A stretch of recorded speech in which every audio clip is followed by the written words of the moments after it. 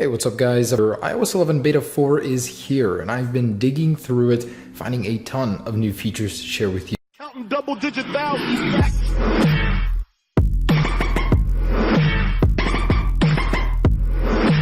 So Apple actually added a lot of tricky ones in here that puzzled me, so let's get straight into it. This one has a ton of new changes. Apple brought it back. On the lock screen, you can finally slide to notifications to quickly access them, view clear this way, and over here open. So if you want to go ahead and clear all the way, just go ahead and slide it and keep sliding it to the end. Now Apple has included this new screen where you can tap on a notification and you get this interface here. Now on devices without 3D touch, you can no longer hold to open a notification like that.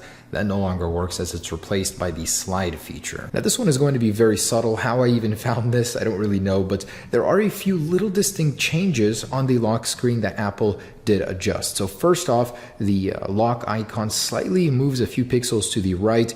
The colon in between the time over here moves slightly, and the signal bars drop down a little bit lower. So Apple made some very tiny adjustments to the placement of some things on the lock screen. Now the emergency SOS feature on iOS 11 has received some adjustments in beta 4. So as you can see, the power button logo over there is a little bit bolder. Over here on Medical ID, the logo itself has become more rounded. The M in Medical ID is now capitalized, and the SOS font is a little bit thinner now, a little bit smaller. The cancel button is now not so bold, it's a little more grayed out. Now when you're in the widgets view page, you will now be able to see press home to unlock text on the bottom, whereas on beta 3 it doesn't show up. The Wi-Fi icon itself has become bolder, very hard to catch, but a little bit more distinct. Now 3D touch on settings to reveal a new cellular data icon.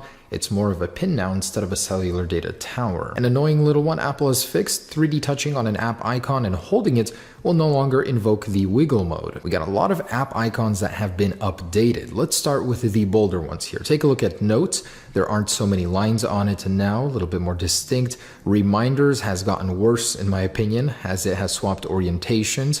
Also, we've got a new Contacts icon, which I do like. Quite simple there, but it doesn't stop there. It keeps going. So Stocks has been reworked just a little bit different, and I actually had to go into Photoshop to confirm that I'm not crazy and just seeing things, but definitely you'll notice some changes there. And this goes on for the phone application, for Safari, for books, for the iTunes store, for the home, news, weather, photos, mail, FaceTime, and the compass as well. All of those got some reworked little shadows, positioning, sizing, so definitely some changes to the icons on iOS 11 Beta 4. Now for certain applications, you will be able to scrub now using the stock music player. Now it doesn't work for Spotify, but one user from 95Mac did report it does work on Vox now on Beta 4. Phone call, you'll also see that the new Contacts icon is reflected here. There's a refined closing animation in the app switcher. Instead of being so abrupt,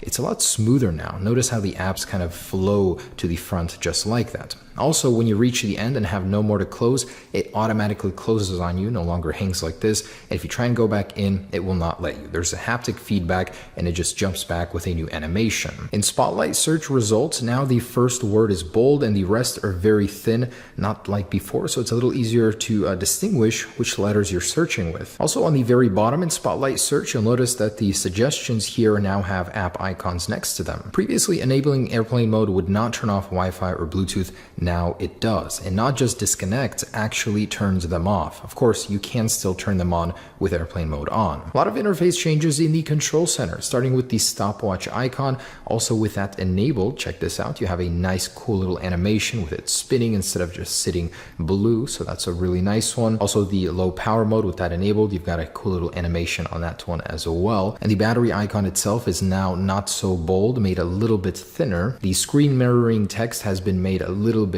larger, and you can actually press on screen mirroring instead of needing to 3D touch on it to open now. The volume bars on the volume indicator over here are now more fuzzy. They're not so precise. They made a little bit wider looking. I'm not sure I like that change though. And again, Apple has made this 3D touch platter just a little bit smaller, so optimizing that yet again. And when using the screen record toggle, it no longer just jumps right in. It actually has a neat little timer in case you pressed it on accident, which is really nice. So you can turn it off, just like that. And the cool thing about it is while it's recording, it actually has this really neat animation. So instead of just glowing red, it'll flash like that, let you know that's happening.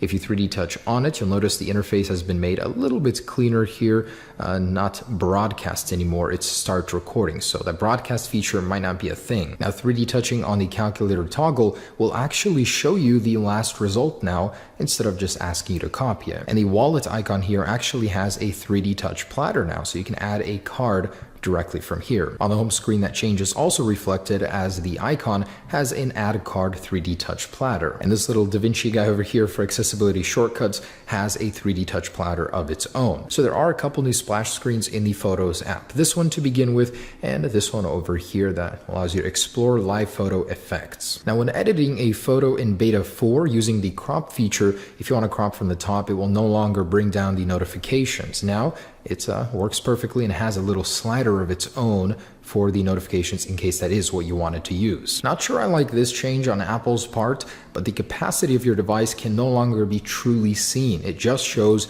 the actual capacity stated on the box of your iPhone. So this is a 32 gig device and only 32 gig capacity, which is clearly not true. You can no longer actually see a couple things inside of your device. So jumping on the carrier, you used to be able to see the PRL. Now you can no longer tap and see that information. Also, the tab for MEID from your device has been removed entirely. Now going into the legal stuff, the regulatory has received a long addition, a bunch of new regulatory stickers over here. In the Control Center customization page, the new icon for timer is reflected here. Also, the icon for contacts and settings has been updated as well, and the accounts and passwords icon is changed now to a vertical key. In the general settings, we can see that there is a new option for AirDrop here, where you can go ahead and adjust that instead of having to go into here every single time. And Apple continues to optimize the search results, as the labeling and actual search results are a little bit different in beta 4. Now Apple is adding more language support to settings. This is Danish, and as you can see,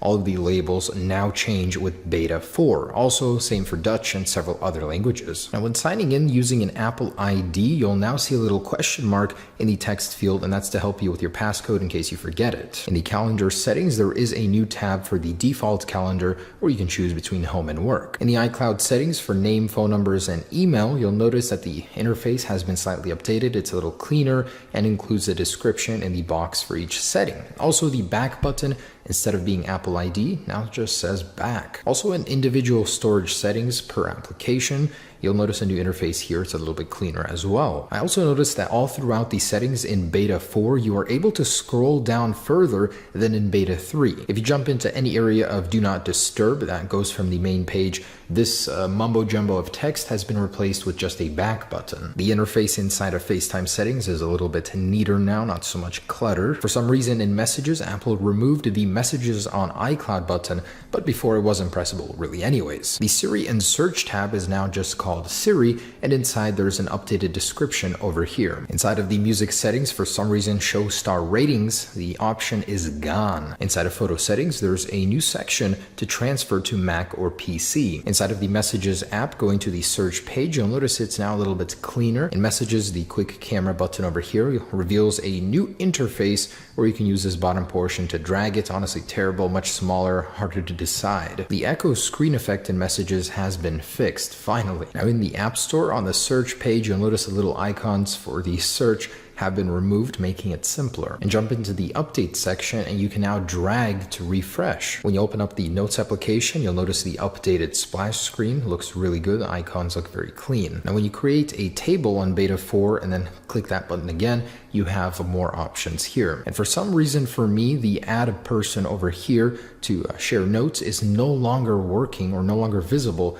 in the Notes app. In the Health app, there's an updated splash screen detailing new graphs in Health and iCloud. And in the TV app, there is also a new splash screen for signing into your TV provider. Lots of splash screens all around. In iTunes, the bottom row icons have all been made bolder, following suit with recent applications. Also in iTunes, the search bar has been made a little bit bolder. And in the More tab, you'll notice the icons have been made a little bit bolder and more distinct. And when adding a new card in the Wallet application, there's a slightly cleaner interface matching more of iOS 11. When loading a web page in beta 4, you'll notice the X on the top left is a little bit bolder. In the Files app, Apple for some reason removed the on my iPhone or on my iPad location. Also, the Mac OS X server option is no longer there. And lastly, on iPad, when setting mine up, I verified that the iCloud bypass I showed you guys no longer works. Apple has patched that, and there are a couple new splash screens that I've never seen before, one helping with the quick start and the dock access it from anywhere splash screen. Before, when in wiggle mode on iPad, you can actually delete apps from the recent dock. Now the icon has changed and it's just to remove them from the temporary. And the support to import to raw photos over the SD card adapter for iPad is now working. Also, iCloud family sharing for storage is also enabled in beta 4. And PG Hart reports that the health data look is now entirely redesigned. This is for the sleep analysis. Alright guys, so there it is, the latest on beta 4. Last thing I wanted to share with you is the Geekbench. So I'm going to go ahead and run that. And there it is, 3464, 5947, which goes even higher than the last one for the multi-core score. So overall, I'd say it is a very, very responsive version of iOS 11. So far, beta 3 has been pretty terrible. So this is really, really nice. I can feel all of the refinements. It's a lot quicker. Definitely update if you are on a lower beta. There it is, guys. Hope you enjoyed the latest features from beta 4. Peace.